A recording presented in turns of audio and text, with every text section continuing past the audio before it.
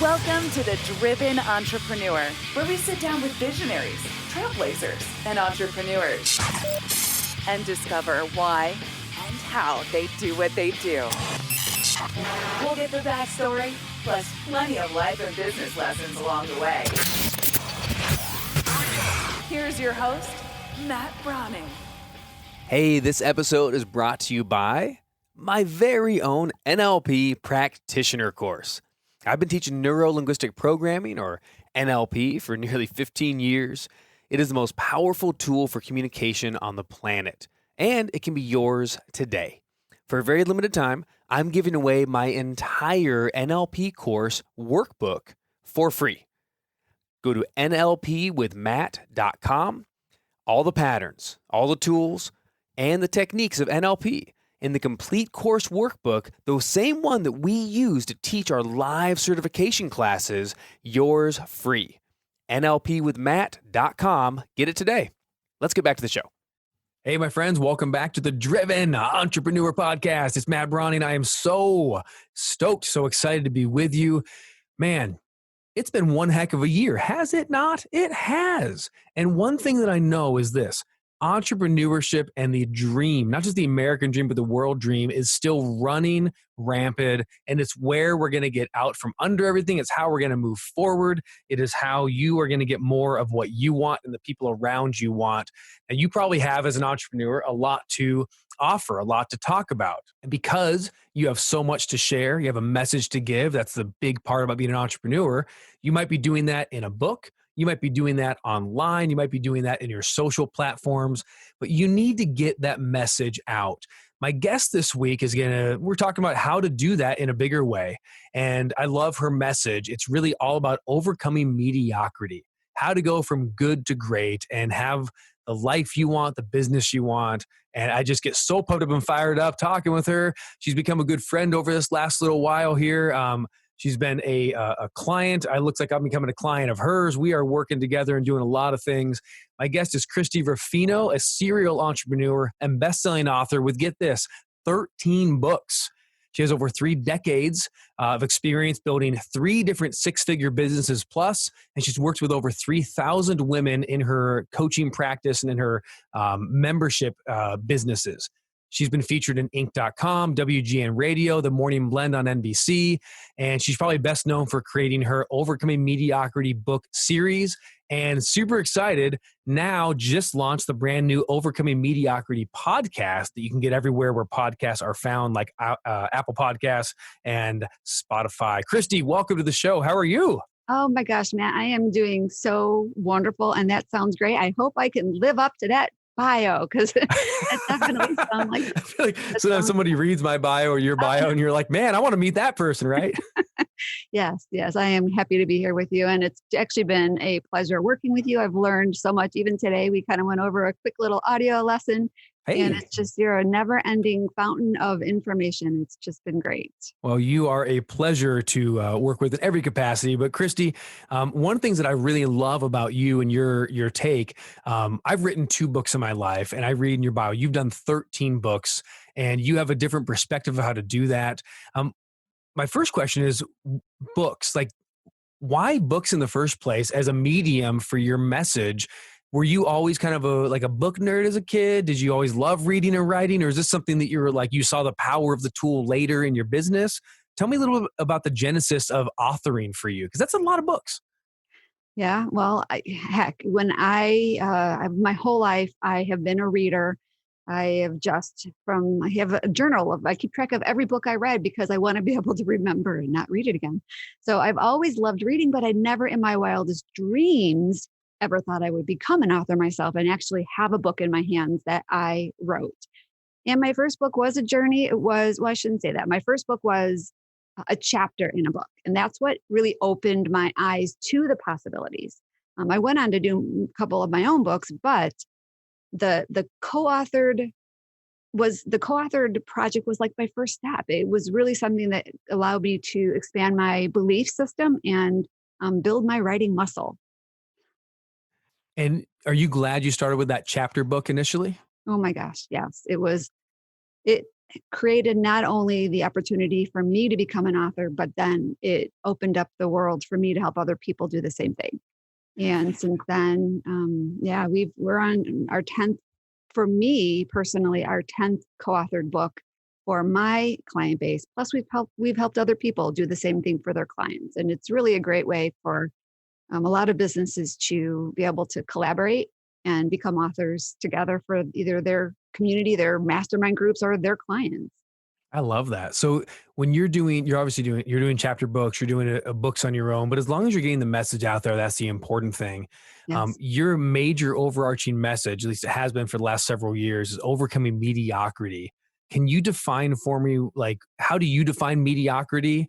Is this a good thing? Is this a bad thing? Is it something people like strive for more and settle for what's less? Like, how does this come into life and how do you define it? Well, I really love when you said good to great, because that kind of encapsulates it all. But I think as kids, we tend to be more dreamers and we tend to think bigger.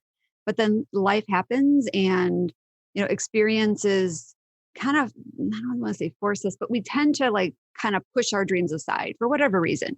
Either we're focused on helping other people with their dreams, or we just are afraid to pursue our dreams in fear of failure. But whatever that is, we tend to settle into a kind of complacency zone in life and in business. And we quit taking those risks. And it's in those risks where we grow. It's in our those risks where we can actually help others, because now we're doing something a little different that not only will expand our world, but it will inspire other people to do the same. You said taking risks. Risk. How important is it to include that, I guess that language too of risk?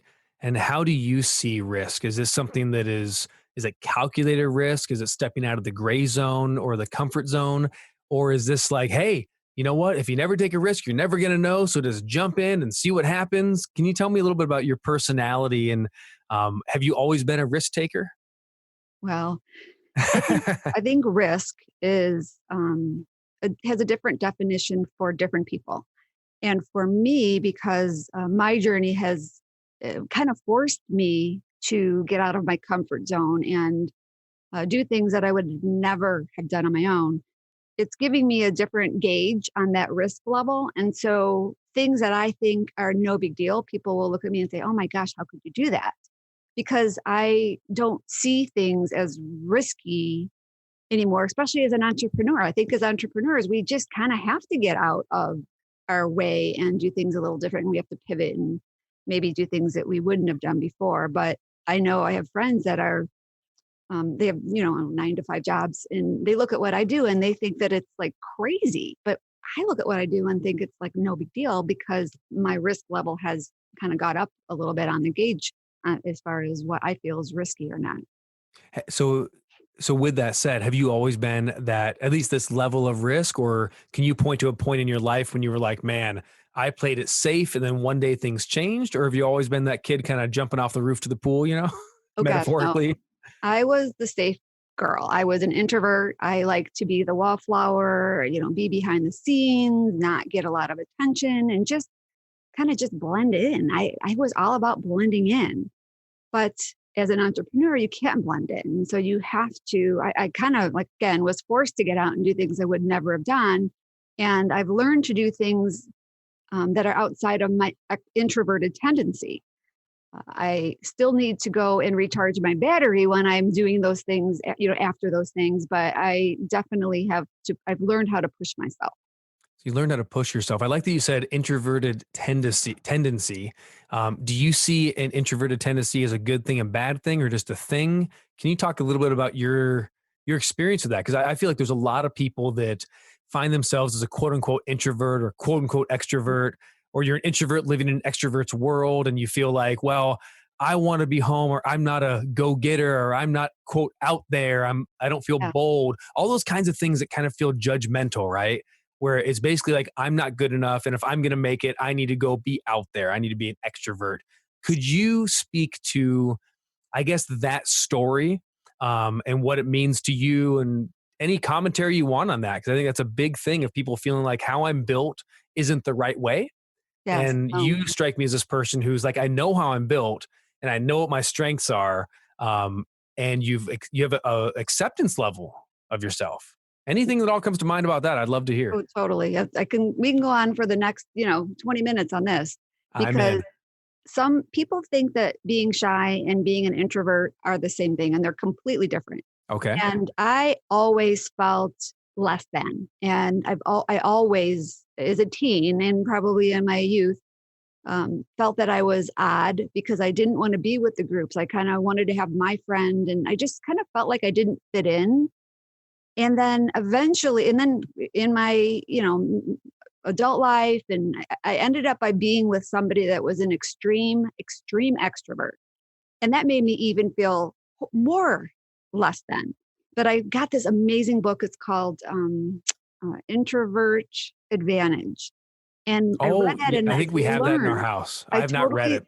I learned it's basically about wiring. It's how I was created. And because of those things that make me an introvert, I always looked at them bad, but those tendencies or the other pieces of being an introvert gave me so many other qualities that I didn't recognize. I didn't recognize, how I was able to focus on things for a long period of time and be by myself and really get a lot done. I mean, those are things that I'd never realized were part of being an introvert that were huge benefits to me. So as soon as I learned the more of the how, the wiring of my body and how I was created, I accepted it. And now I just know if I've had, all day events where I was on stage or had a bunch of people on stage, but I was the host and I knew that I could do it. But at the end of the day, I had to go find my, couch and my glass of wine and, sit and watch TV all by myself so I could recharge and then be ready for the day to come. Yeah. So really understanding like your battery level almost, right? Where it's It is. You can do that, but at the end of that versus someone who's highly extroverted, your battery is going to be on low and you just need to take the time to recharge it. Yeah. Did you ever have like, I don't know, guilt or shame or kind of self-judgment around that before you understood it? I'm weaker than someone else, or I'm totally. Whatever you would say. Like, can you speak to that experience a little bit? And what would you tell someone who is, I don't know, feeling that right now, feeling like maybe I'm not good enough compared to someone else, or I'm not strong enough because someone else can go longer or do more, and I don't have the same capacity. What would you say to maybe your younger self or someone listening right now?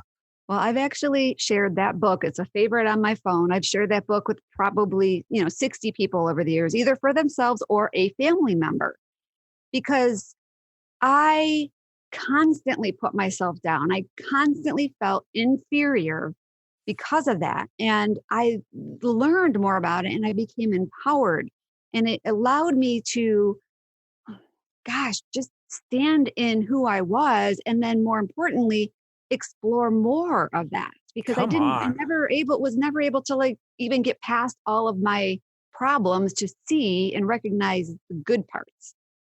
Wow. Hard. I want to say that again. It was hard to sometimes get past what I saw as my problems to recognize the good parts. And isn't it funny that like what you think is your problem, it sounds like at some point you go, wait a minute, like you said, it's not my problem. It's just my wiring. Yeah. And there's superpowers in there. That's awesome. So I don't want to take much more time on that, but I just wanted to honor that. I think that's great. Yeah. And you know what's funny? I'll speak on the other side of it real quick so I think I'm primarily wired as an extrovert, but I'm like, sometimes if it's my party, I can be the life of the party, and I'm putting on my own events like you and everything.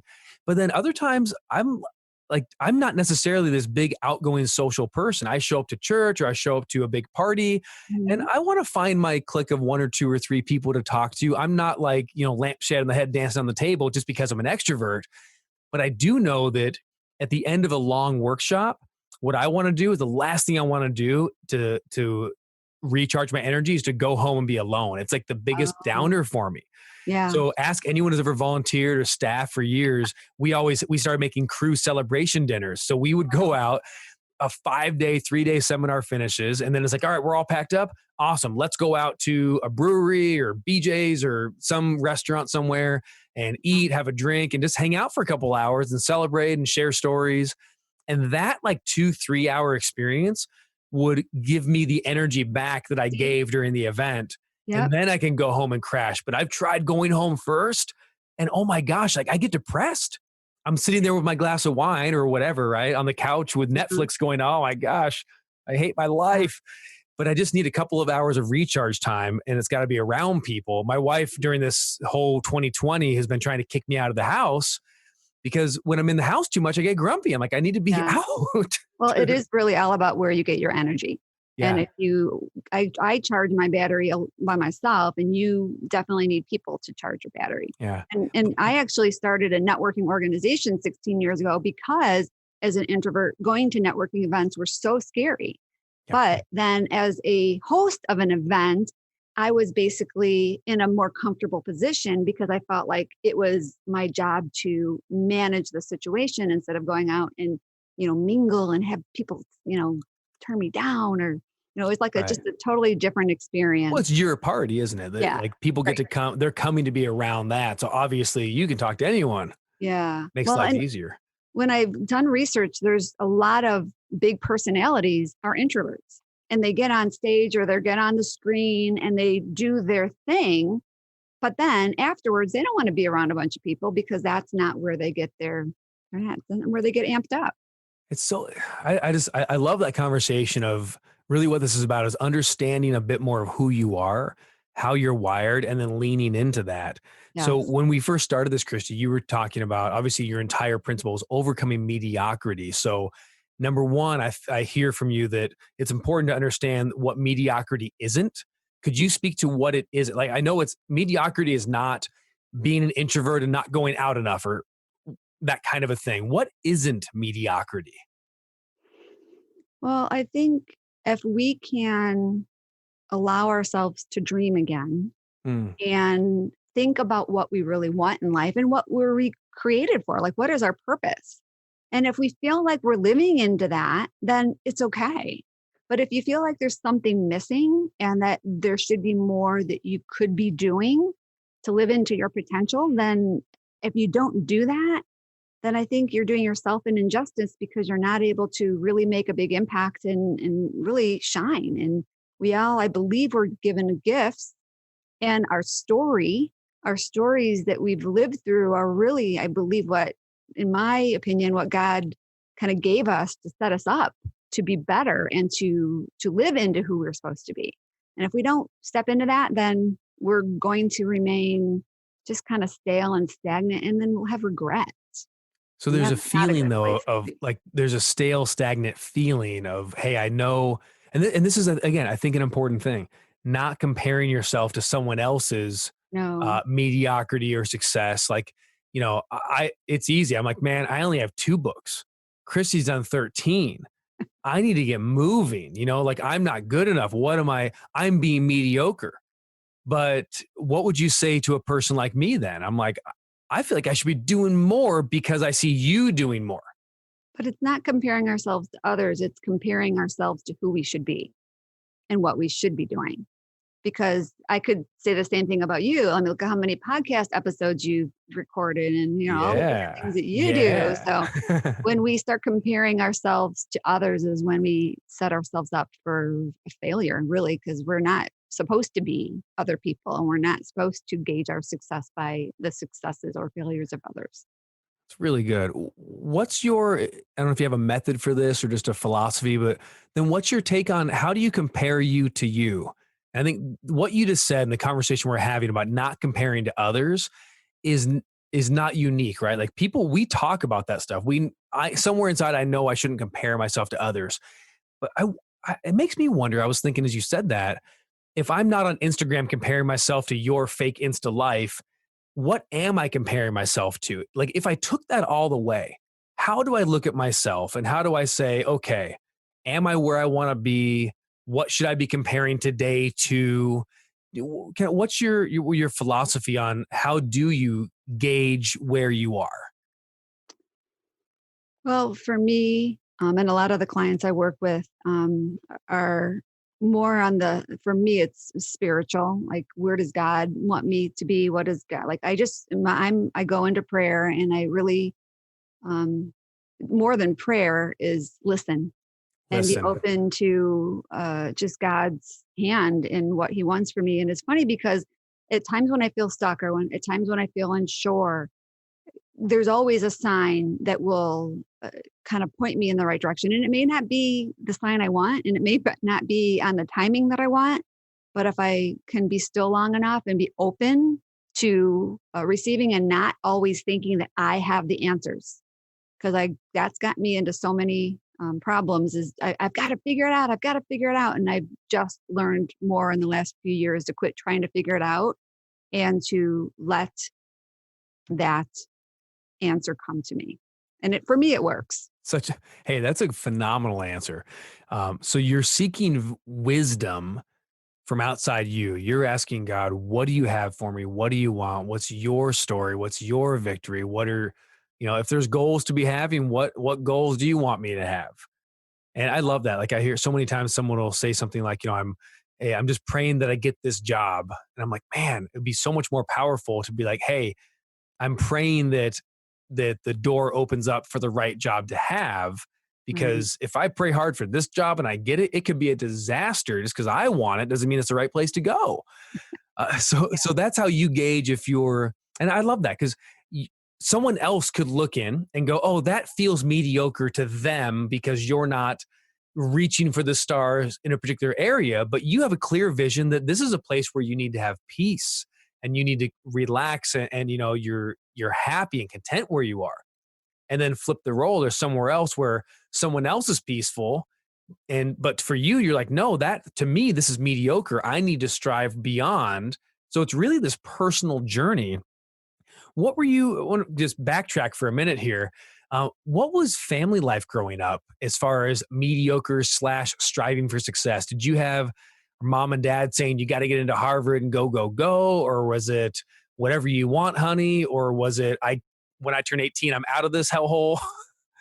I know that's a bunch of different options, but what was life growing up as far as mediocrity versus reaching for success in your family? Yeah. Well, so my parents actually divorced when I was very young, and my dad was always in my life in some way, but my mom, as a single parent, always struggled. And I actually had a very close friend, my best friend, right? Because I didn't have a ton of friends. I had my best friend. But I would always spend a lot of time with her and her family. They had things. And I even remember her mom, when she took just the three daughters shopping, she'd always buy me something because she felt bad because I didn't have it. And so at the time, I didn't know any different. And even when I got older, I didn't necessarily think it was wrong, but I never had that drive. I don't even know how I became an entrepreneur, honestly. But I knew as a kid, I remember at my grandma's house, she would pay us to pick up sticks, and I was out there taking the sticks and breaking them into 3 pieces. So instead of getting a penny for 1 stick, I'd get, 3 pennies because I'd break them up. And then I'd buy candy at 7-Eleven, and then I'd sell the candy to my friends. And I probably didn't make any money off the whole deal, but I was able to do what I needed to do. So I don't know. I mean, mediocrity, I don't know how my childhood brought into that, because my mom was very happy and there was a lot of my life was great, but it just didn't ever give me that drive. So I don't know. I'm not quite sure. Thank you for your honesty. Do you think that when you said not having a lot and your friends' parents would say, want to get you something, and it might not be that simple, right? But do you feel like not having a lot growing up, as you got older, you're like, hey, because I didn't have a lot growing up. And I had hand-me-down jeans with, patches on them for my cousins and then my brother and everything. Yeah. But at the same time, I had toys on Christmas morning. So we didn't go without, but it was definitely a tighter budget. We didn't have a ton. I feel like as I got a little older and I got a taste of success and financial success working in the mortgage business at 18, I was like, ooh, as soon as I was like, oh, I'm getting paychecks. Oh, I can make my own future. I instantly felt internal motivation to well, let me go make more of this. Let me go create more success because I can now get the things I want. Did you kind of have a moment of hitting that kind of thing? Or were you always a pretty content girl turned into a pretty content woman? Yeah, you know what? I didn't honestly put a lot of value in money at all. And then when I was married, I got married fairly young, 21. And then we had everything, we built a business together, but money wasn't my job. I mean, I did the logistics of things, but it wasn't about money to me. I think it was, And then, of course, getting divorced, I was always behind the eight ball.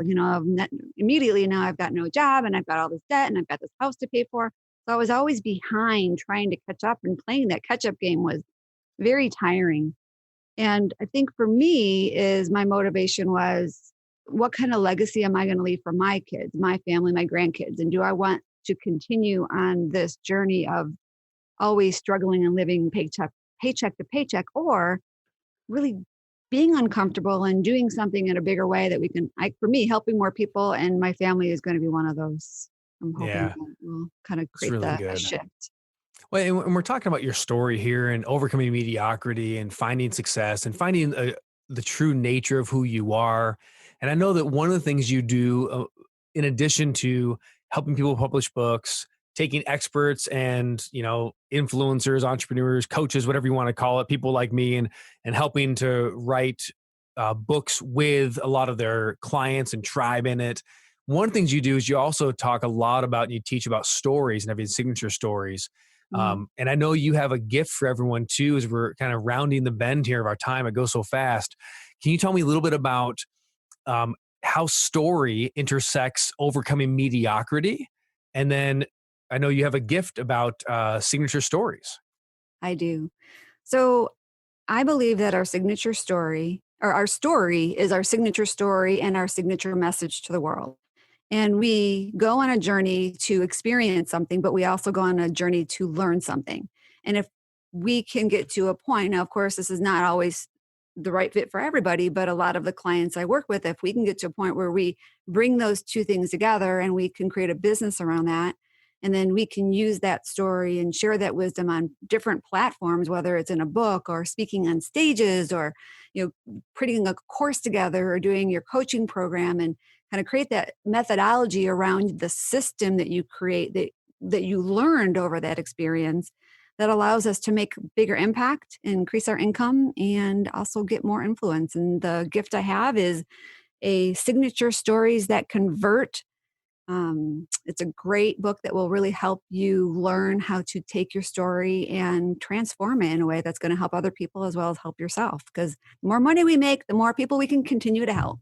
And of course, it's a book. I love that. And you can, I'm looking at the cover here. It's Signature Stories That Convert, 7 Steps to Ensure Your Story Will Attract and Convert a Steady Stream of Clients. How epic is that?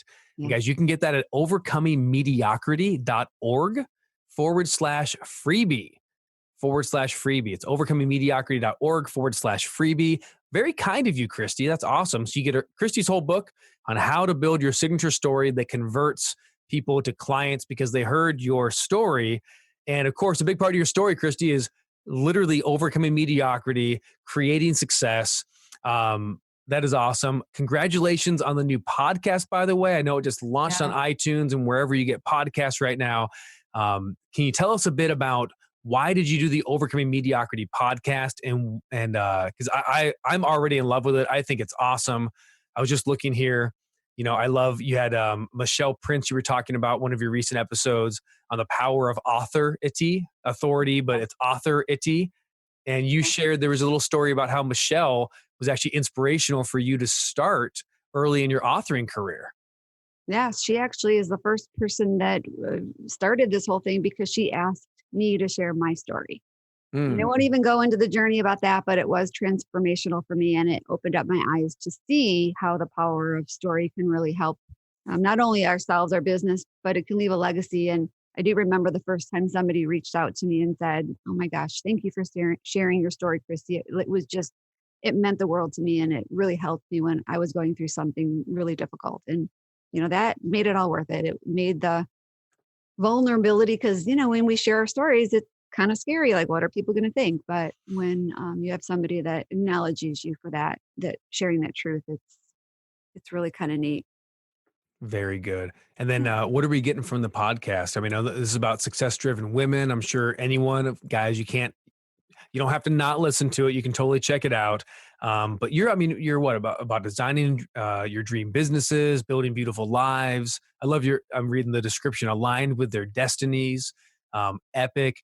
Real quick, why did you decide to create the Overcoming Mediocrity podcast? Of all the things, why is it time to do that? Because it's an exciting time.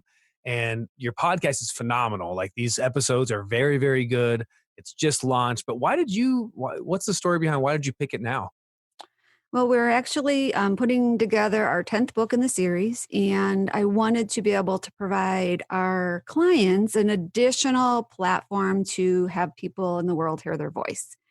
And it's not only sharing their stories, because we want to do more than inspire people. We want to also equip them. So in addition to their stories, the first half of the segment is about their story. And the second half is really about what wisdom are they sharing? What lessons did they learn? How can we equip the audience to be more informed, so then they can get through their journey a little bit better and faster? And we actually have some amazing guests. We're doing like a 12-day rapid fire launch with men. We have got men on there. Don't worry. You've got men on there. Yeah. Our first episode was with a friend of mine, Bob Berg, and he shares, his go-giver philosophies. But it is really about how we can help entrepreneurs on their journey, just to be able to learn and be inspired, and more importantly, equipped by our guests. That's awesome. So, hey, check out the Overcoming Mediocrity podcast. Go subscribe right now. Download a couple episodes. If you love Christie's philosophy and her take on it, I know you'll enjoy this. I'm enjoying it. You can find it at overcomingmediocrity.org/iTunes. It'll take you right to Apple Podcasts, or just search Overcoming Mediocrity anywhere where you get podcasts. Christie Ruffino, plug away. How do we find you? How do we find more about you? And any last thoughts, feelings, experiences you want to share? Oh, I just want to thank you for inviting me to be on your show, and love to be able to help anybody that wants to really explore how their story can make a bigger impact in their business.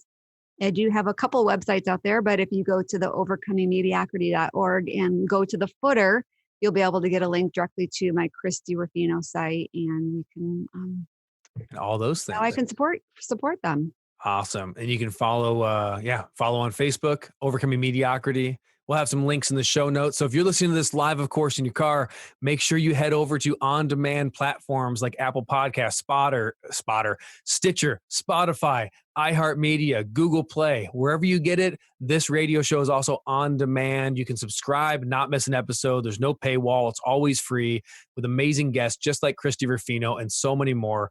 Christie, thank you for coming on the show. You were phenomenal. I have one last question for you. Are you ready? I'm ready. Thanks, Matt, for inviting me on the show. All right. Last question. If you could change anything on your entrepreneurial journey or in your whole life, what would you change? Or would you leave it all the same? Oh my gosh. I would say I would leave it all the same, because I think everything that I went on is what set me up to be where I'm at now. And I don't think I would change any of that, because then one little change, maybe I wouldn't have my grandkids or my kids. I just wouldn't want to give any of it up. All right. She goes with the butterfly effect answer. Great answer, yes. Christie. Thanks for being on. Great. Thanks, Matt. All right, guys, that's the show this week. Remember, subscribe on-demand platforms, like I said, so you don't miss an episode. You can always tune in at any station we're on right now and jump in and enjoy driven entrepreneur success stories, the backstory, and life and business lessons along the way. Follow Christie Ruffino on Facebook at Create Success with Christie, and on Facebook at Overcoming Mediocrity. Make sure you check out the Overcoming Mediocrity podcast and grab Christie's freebie she's given you at overcomingmediocrity.org/freebie. We'll put all of that in the show notes on the on-demand platforms. Follow me at Matt Brauning on Facebook, Instagram, YouTube, and Twitter. You'll get great photos and videos of me teaching, trying to fish and not catching them, hanging out with my family, and you might see the Christmas tree that we have this year. Go check it out. And I will see you next week with another driven entrepreneur. I got to find a better ending, but for now, stay driven. All right, bye-bye.